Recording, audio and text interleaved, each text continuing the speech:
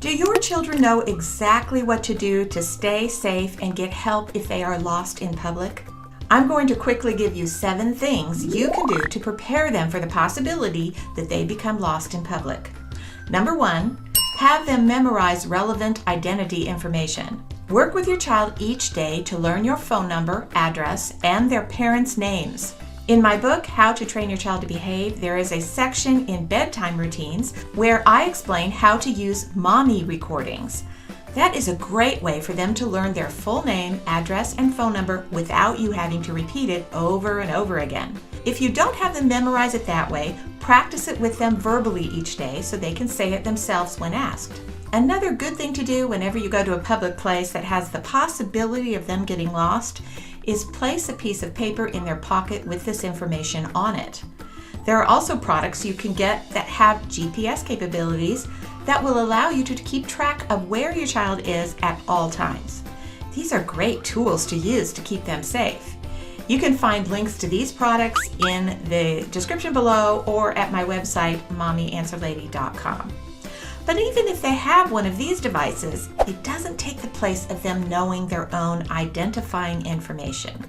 Number 2, teach them that secrets from you aren't safe. Teach your child that if someone says, "Don't tell anyone," or "Don't tell your parents," this is a warning sign that they need to tell you. It's especially important for them to tell you if they hear those specific phrases. Practice this with them by role-playing. Make sure they know they don't need to tell the other person that they're going to tell you, only that they do tell you as soon as they can. Number 3, never go anywhere outside of their home alone.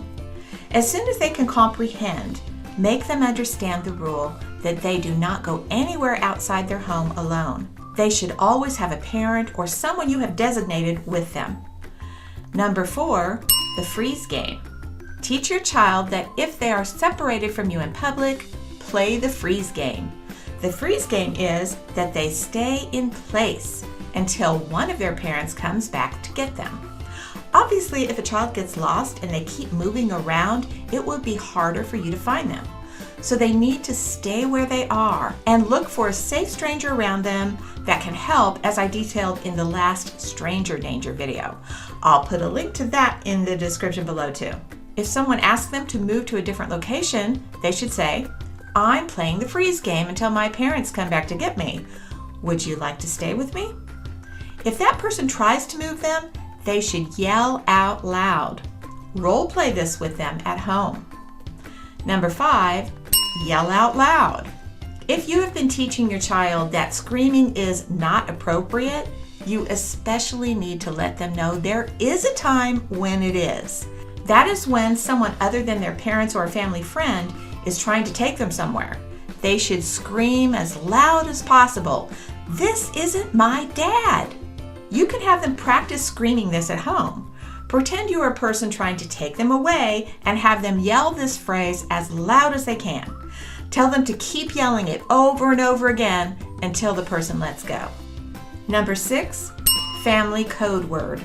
Have a code word that your family has as a secret between all of you. Let them know this is one secret they can keep. Only your family knows this word, and it is up to them to keep it a secret. If someone needs to pick them up and they don't know them, they ask for the code word. If the person doesn't know it, tell them to run as fast as they can to a safe stranger. Number 7, it's okay to say no. If you're teaching your child about being obedient to authorities, empower them also to say no to adults who ask them to do things like keep a secret, disobey their parents, go somewhere without permission from you, or if an unfamiliar adult asks for help. Practice this with them.